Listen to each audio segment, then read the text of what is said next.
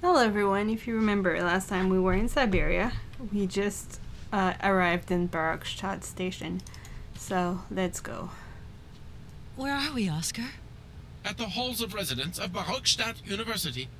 And do we really have to stop here? The situation is incompatible with the pursuit of our journey. What are you waiting for then? Wind them up, find a way. There must be some sort of train winding thing just laying around in this weirdo station. I have seen nothing that fits that description, Kate Walker. I guess we'd better find out then. I do not like this station. The atmospheric humidity is detrimental to my sophisticated wheel workings. I will wait for you inside the train. Wimp. This train might be a wonder of technology, but the engine's limited autonomy is a liability. You got to admit that. I am afraid I refuse to entertain this consideration, Kate Walker. Oscar, I think that Hans Vorarlberg once stayed in this town after he left Valladolid. Maybe this wasn't a chance stopover after all. Nothing is left to chance in a railroad network. You agree with me then? We have no concrete proof to support your hypothesis. The train stopped because the clockwork mechanism is unwound. That is the only concrete evidence we have, Kate Walker. I was just hoping for a little imagination on your part, Oscar. No, Kate Walker. I am only an automaton, Kate Walker. Oscar, see you later, alligator. In a while, Kate Walker. He's pushing it with the robot automaton thing. I do apologize for the sound. I know it's really difficult, but it's also very difficult to actually put together. The thing is, yeah, the sound in this game, since it's an older game, you can change the music settings and the sound settings. So, yeah. So once you go to our right, and then just continue. It's been a very long time since I've done my practice run for this part of the game, so I'm not sure I remember everything. I hope I do, but... So right now what we're doing is we're looking for some kind of a mechanism of some kind while looking at the ruined houses. Because the train is unwound and can't go any further. That thing looks like the winding machine I used in the Valladolid station. I've got to find a way of getting the train up here. Okay, so we found a mechanism. Now we have to bring a really heavy train up ahead without it being able to run. So I think this is one of the longest part in the game, and that is because there's just so much running for absolutely no reason. It makes you run around in circles, and if you don't know what you're doing because it's the first time playing, it can be a little bit frustrating. Kate Walker! Kate Walker! Come over here, please! I have something to say to you!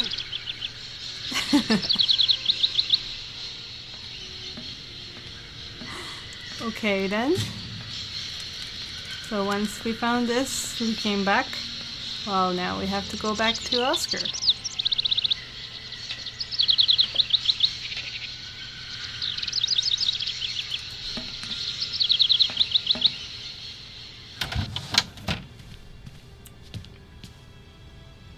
Yes, Oscar, what is it?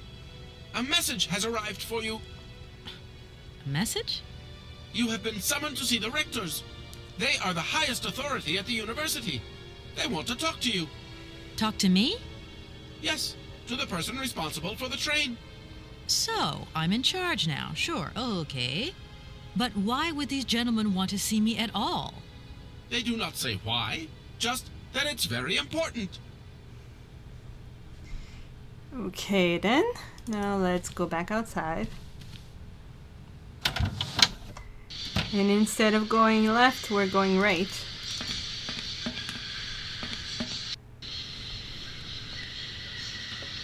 once we're out of the train, let's go take notice of these here.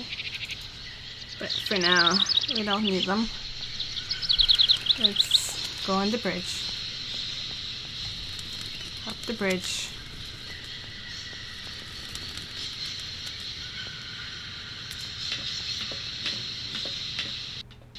And then, you know what? Up the other bridge.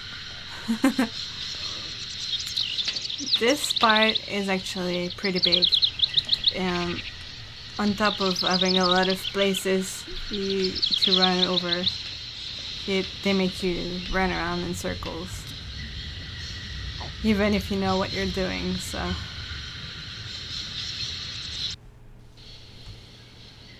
Now, crossing the street, or not really the street, but anyway, the walkway, or whatever this is.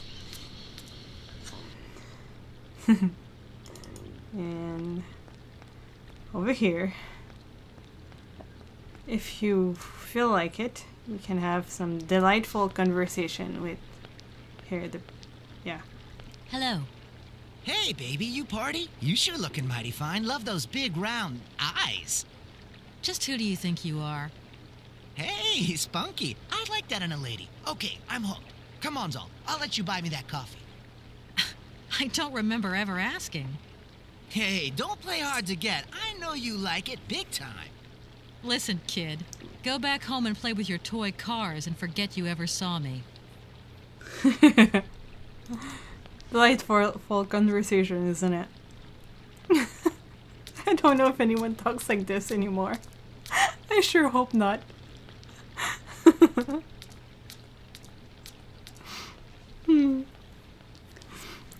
Okay.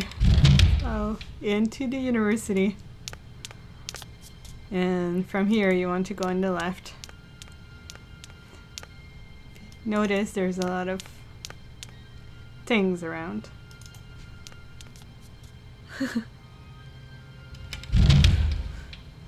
Okay. So here we are.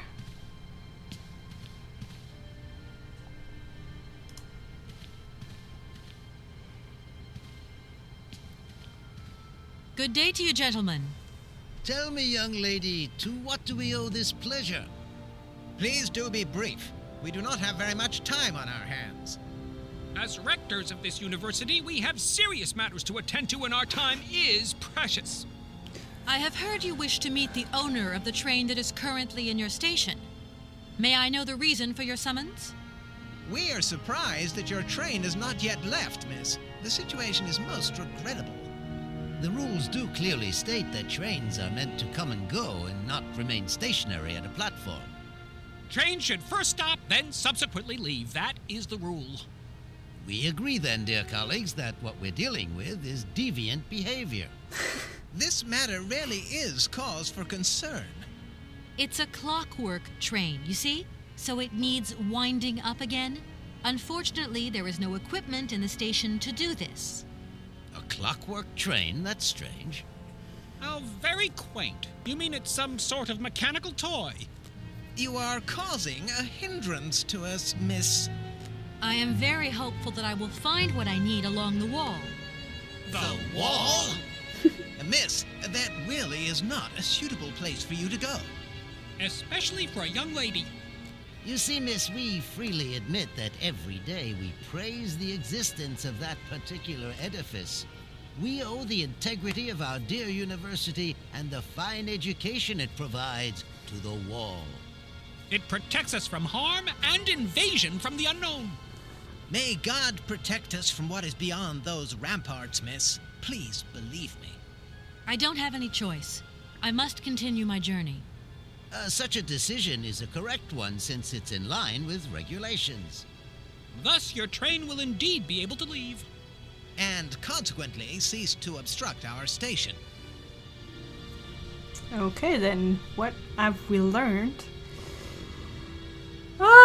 Not much, except that we're a delinquent for having a train stop in the station. Okay, so let's talk to them and see what's going on in this place. You see, I didn't actually intend to stop here. but the springs of my train gave up, you see? No, not really. You mean to say you're not a student? You have arrived a little late in the term, miss. Enrollment for this year has already terminated. But as rectors of this university and therefore representatives of its highest authority, we could bend the rules a little, if you like. You don't understand. I'm a lawyer from New York, or rather Valladolid more precisely. My client wants to buy out an old mechanical toy factory, but its heir isn't actually dead and is living somewhere in Syberia. I've got to get to him to sign the sales contract. You see? Not really. This is a most peculiar tale. A kerfuffle of the highest order. We have an excellent law school, if you should ever change your mind. We have a law school, but she's already a lawyer. Can you possibly help me out here? Miss, your insistence is almost verging on indecency. We cannot constantly be at your disposal. We have many other requests to attend to. If you don't mind, could you not disturb us all the time? Thank you. Really? Does the name Hans Vorarlberg mean anything to you by chance? Ah, one of the brightest, most idealistic intellects to have graced our university. Hans Vorarlberg. I remember speaking to him once. I was still a student at the time. He just stared at me, lost in thought for a while. He scarcely ever said a word. But how can one forget him? Idealistic? I'll grant you that. But bright? Oh, don't go too far. He was completely incapable of passing any exams. All he ever did was to sit in on lessons, and not many of them either. Paleontology, mainly. He had an unhealthy passion for mammoths, which matched the state of his intellect perfectly. That is to say, prehistoric. Prehistoric? How dare you? A little far-fetched, maybe. But he did have flashes of intellectual brilliance, comprehensible only to high-minded scholars who hold no score by appearances. My dear colleague, your hasty conclusions are somewhat cavalier. My assessment is wholly accurate. The boy was a little odd. You must concur if my father, who was rector of the university at the time, had not shown great indulgence towards him. Hans Vorarlberg would have never attended this establishment. What about the bandstand, then? Is that the work of a deranged mind? Even after all these years, you are still jealous of it. My dear colleagues, I beseech you, let's show some decorum. We have a visitor. What do you want with Hans Vorarlberg, miss? Are you a member of his family? No, not at all. I'm looking for him to clear up an inheritance matter. Is he still here? What? Here? At the university? No, not at all. He left a long time ago. Yes, a very long time ago. The very year I was nominated to this position, in fact. Almost 50 years ago already. The poor soul moved on once he learned all he needed to know about mammoths. Ah, this establishment was never quite the same after his departure, it must be said. You mean to say it was never as bad? All that oddball brought to this university was his misplaced fantasies. Gentlemen, let's try to retain the calm and level-headedness that befits our position. Please. That idea of the station aviary is really very original. It's the pride of our university. One of the specialties taught here is zoology, you see, and more particularly, ornithology. Proper study and instruction should not be limited to books. Observation of living matter is indissociable from theoretical questions. It contains some very rare specimens that have been brought back from far-away, exotic countries, especially for our university, by the world's most intrepid explorers. Do you remember Alexander Valenbois and his peculiar bird? Absolutely. His gift produced some very embarrassing long-term consequences. A poison chalice, indeed. It must be said the situation could have been much worse, however. Oh, yes, it could have been terribly problematic. Okay, then. I think we've learned enough from them. Here we are, busy chatting, and look at the clock. It's tea time. Already? My word, doesn't time fly by? Thank you for a charming visit, miss. And thank you, gentlemen. Okay. I think we should go away as fast as possible. That wasn't a charming encounter, but yeah. So yeah, we know that Hans was actually in this town before, and we're sure that it's actually the same Hans because of the fascination for mammoths, which you can see a little bit everywhere in this place. So once we talk to all of them, let's go completely on the other side of the university. Talk to this man here. Excuse me. Sir, please, just a moment. Yes, what is it? I'm not deaf, you know. I am sorry to disturb you in your work, sir, but... This young Mammothus primigenius is barely 40,000 years old. Fantastic, wouldn't you say, miss? Yes. Probably. What do you mean, probably? I don't know. You don't know? Look, you don't know, I see. What can I do for you, my dear child? It wasn't really my intention to stop off here, but I'll confess, this university is really very impressive. Ah, indeed. There's such a tradition of learning here. And so much knowledge, a real depth of culture, intelligence, and gray matter. I myself did my studies here and never left. Actually, I'm here because I've been summoned by the rectors of the university. Oh, I see. You must have made a mistake on your enrollment form. Oh, no. I haven't come here to study. I have an important matter of inheritance to attend to. I have to find the heir. And you hope you will find him here? I'm not altogether sure. But you see, my train broke down coming into Barrockstadt station. In that case, my dear, you must come to one of my lectures. Here's a question for you. Do you know what the Proboscidean order is? The Probo-whatian? You see. There are gaps in your knowledge that need refreshing. I feel I've lost my way a little here. I could really do with your help. Oh, my dear child, you've chosen your moment. I absolutely must finish off my lecture for this afternoon. It's a lecture about mammoths? Yes and no. More specifically, it is about their migration. Do excuse me, I need to concentrate. No, we're not letting you concentrate. Let's ask To tell about you the Hans. truth, I'm looking for Mr. Hans Vorarlberg. He's the sole heir of a very unusual factory. My company is in charge of negotiations for the takeover of this factory. At last word, he was living in Syberia. So, as soon as my train is ready, I'll be continuing my journey eastwards. Syberia. Ah, Syberia. But what was it you said again? Said what? You mentioned a name. The person you are looking for. Vorarlberg. Hans Vorarlberg. Do you know him? Hans Vorarlberg. How could I forget him? Such an extraordinary fellow. So inventive. We shared a passion for mammoths, you know, and we bonded over this passion. Without it, I confess, I would have had little to do with an odd, ageless retard like Hans. At the time, we were both students. Well, sort of. Put it this way. Hans had special permission to attend paleontology lectures. You see, he didn't really have the necessary qualifications.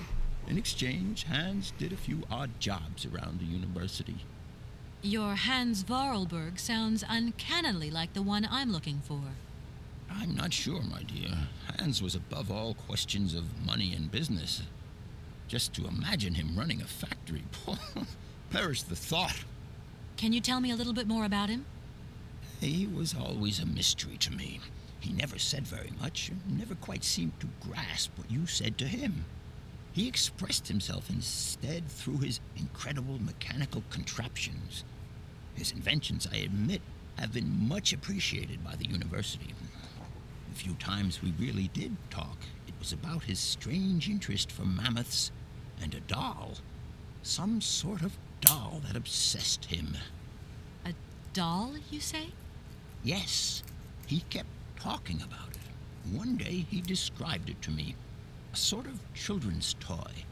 A miniature mammoth mounted by a mout.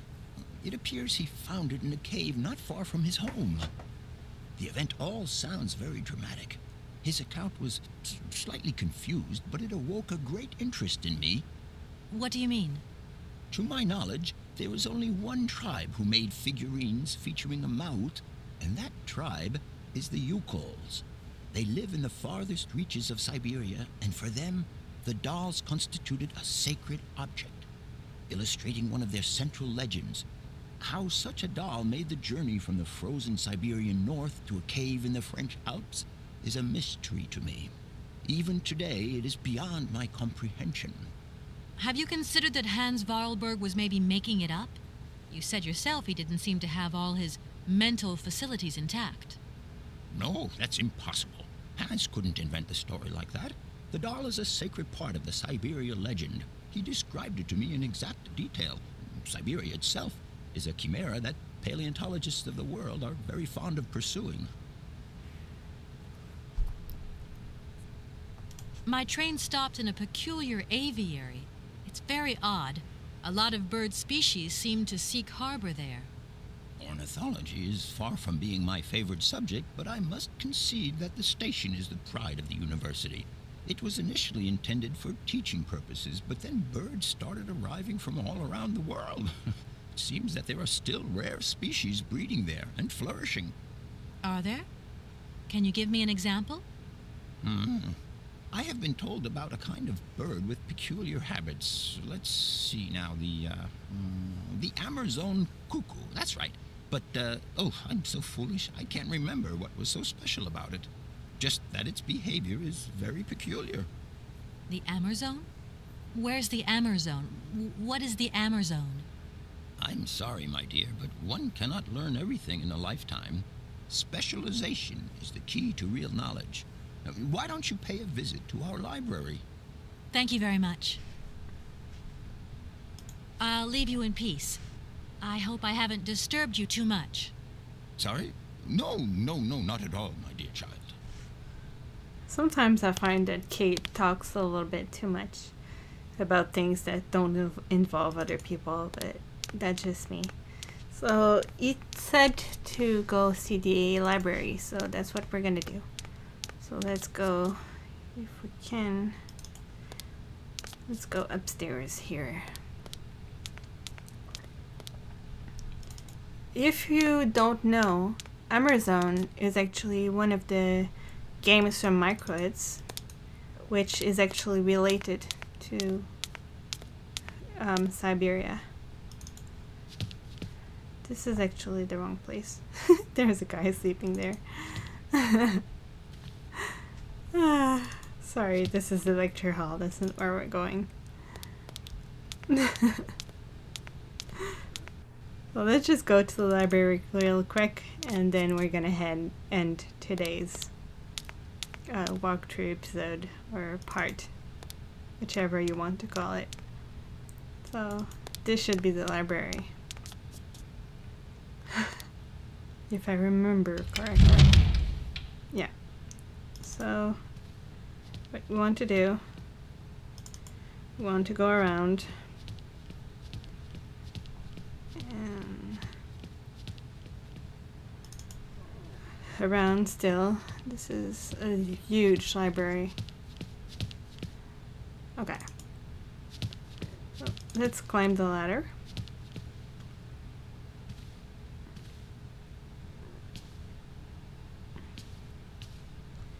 And once we're here, if you see here, there's a book. Let's take it. The Illustrated Dictionary of Plant and Mushrooms. So, like I did in all previous episodes, I'll just leave a little few seconds on each page. You can pause it if you wish to read it. Okay, now let's go back down. Keep going around. And let's go down to the main floor of the library. And take this book.